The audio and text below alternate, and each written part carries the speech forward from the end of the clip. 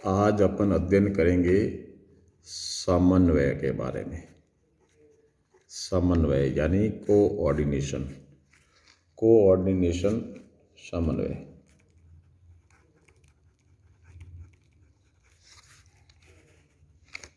जब किसी भी उद्देश्य को पूरा करने के लिए दो या दो से अधिक जब व्यक्तियों की ज़रूरत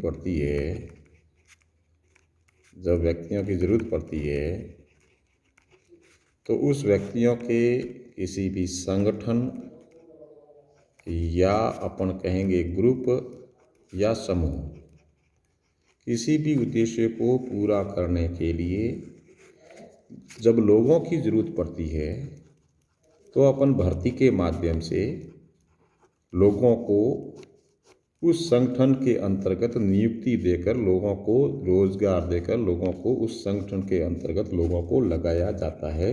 किसी न किसी उद्देश्य को पूरा करने के लिए एक संगठन का निर्माण किया जाता है। ज्यों ही लोगों में संगठन के अंदर लोगों को एक संगठन या संरचना के रूप में जब निर्माण किया जाता है, तो उसमें अधिकार और उत्तरदायित्वों का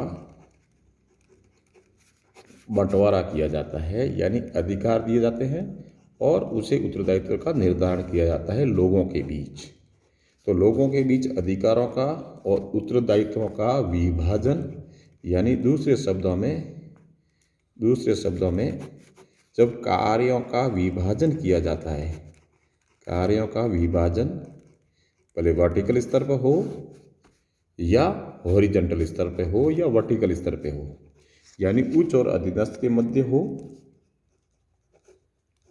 और यानी प्रक्रियाओं के बीच में हो या अंगों के बीच में हो।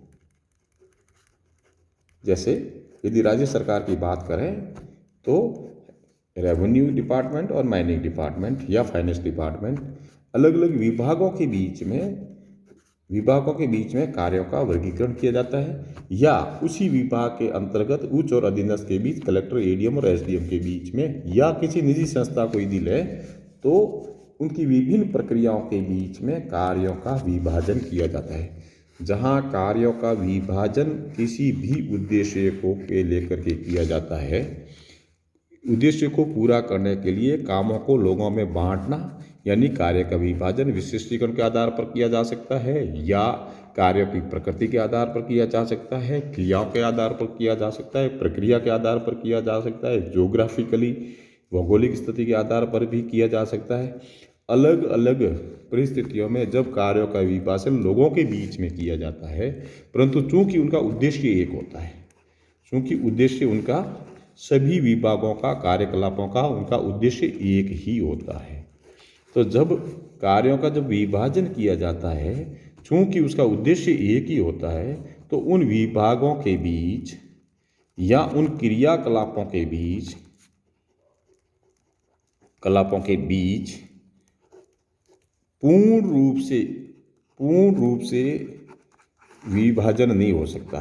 पूर्ण रूप से विभाजन के साथ साथ में उनके आपस में तालमेल भी जरूरी होता है। क्यों? क्योंकि उनका उद्देश्य एक होता है। चाहे किसी निजी संस्था का ले लो, चाहे किसी ठेकेदार का ले लो, प्राइवेट घर के काम का ले लो, जब कामों का बंटवारा होता है, जब कामों का या कार्यों का जब बंटवारा किया जाता है, तो बंटवारे के साथ ही उनके बीच वापस समन्वय, उनके बीच तालमेल, उनके बीच संबंध, उनके बीच संपर्क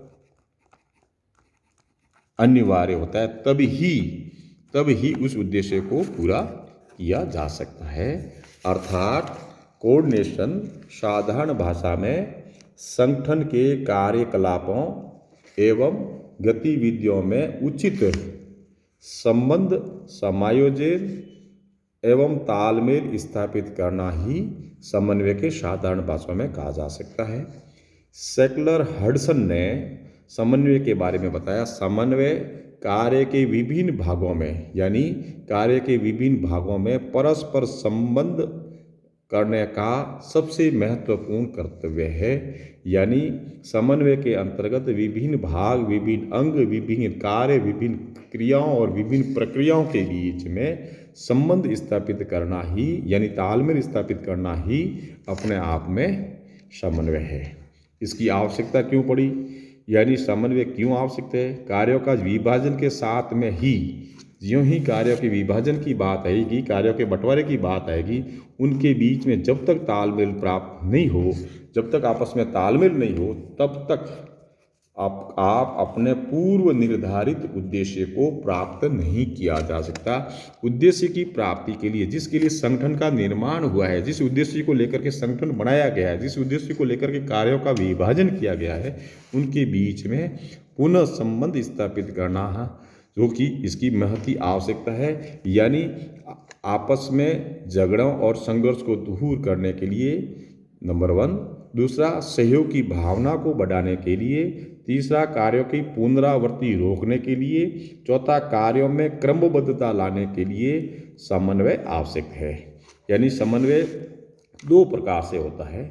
कार्यात्मक, यानी संगठन के व्यक्तियों के बीच, यानी एक प्रोसेस से दूसरे प्रोसेस, दूसरे प्रोसेस से तीसरे प्रोसेस। जैसे यदि कोई फैक्ट्री की बात करें, निजी संस्था की बात करें, तो जैसे कपड़े की फैक्ट्री की बात करते हैं, तो कपड़े की बुनाई, बुनाई के बाद में उसकी कलर, पेंटिंग के बाद में उसकी प्रेस के बाद में उसकी फिनिशिंग के बाद में उसकी पैकिंग। ये सारा काम जो है एक प्रोसेस से गुजरता है। ठीक उसी तरह सरकारी डिपार्टमेंट में,